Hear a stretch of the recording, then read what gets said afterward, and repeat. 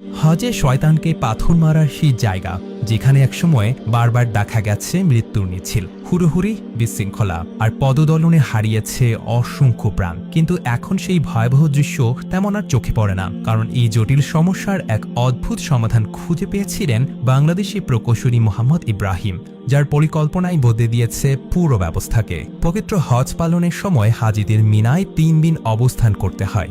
এই সময় শয়তানকে প্রতীক কিভাবে পাথর মারার যে স্থান, সেটিই জামারা। 3টি স্তম্ভ, বড়, মেজো আর ছোট শয়তান, প্রতিদিন হাজার হাজার মানুষের ভিড়ে পরিণত হতো এক অগোছালো স্রোতে। আগে কোনো নির্দিষ্ট নিয়ম ছিল না, যে যেদিক দিয়ে পারত এগিয়ে যেত, ফলে সামনে পেছনে মানুষের ঢেউ একে অপরের সঙ্গে ধাক্কা খেয়ে তৈরি করত ভয়াবহ চাপ। 1994 সালের হজে এমনই একদিনে পদদলিত হয়ে মারা যান শত শত হাজি।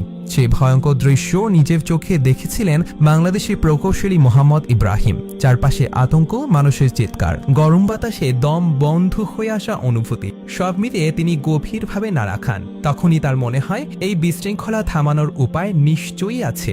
দেশে ফিরে তিনি বসে থাকেননি, ধীরে ধীরে একটি বিজ্ঞানসম্মত পরিকল্পনা তৈরি করেন। তার চিন্তাটা ছিল খুব সরল কিন্তু কার্যকর। মানুষের চলাচলকে একমুখী করে দিতে হবে। তার প্রস্তাবে বলা হয়, প্রতিটি জামারাকে ঘিরে এমনভাবে পথ তৈরি করতে হবে যাতে প্রবেশ আর বের হওয়ার রাস্তা আলাদা থাকে। দেয়ালগুলো বড় করে জায়গা প্রশস্ত করতে হবে যেন ভিড় ছড়িয়ে পড়ে। একমুখী ট্রাফিক সিগন্যালের মতো নিয়ন্ত্রিত রাখতে হবে, আর স্পষ্ট সাইনবোর্ড দিয়ে সবাইকে পথ দেখাতে হবে।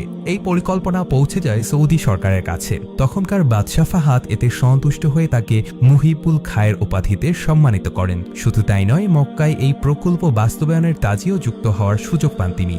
এরপর ধীরে ধীরে বদলে যায় সেই দৃশ্য। যেখানে একসময় ছিল বিশৃঙ্খলা আর আতঙ্ক, সেখানে আসে শৃঙ্খলা আর নিয়ন্ত্রণ। মানুষের স্রোত আর বিপরীতমুখী হয়ে ধাক্কা খায় না। একটি সঠিক পরিকল্পনা হাজার প্রাণ বাঁচানোর পথ তৈরি করে দেয়। চাঁপাইনবাবগঞ্জে জন্ম নেওয়া এই মানুষটি শুধু একজন প্রকৌশলী ছিলেন না, ছিলেন একজন সমস্যার সমাধান খুঁজে বের করা চিন্তাশীল মানুষ।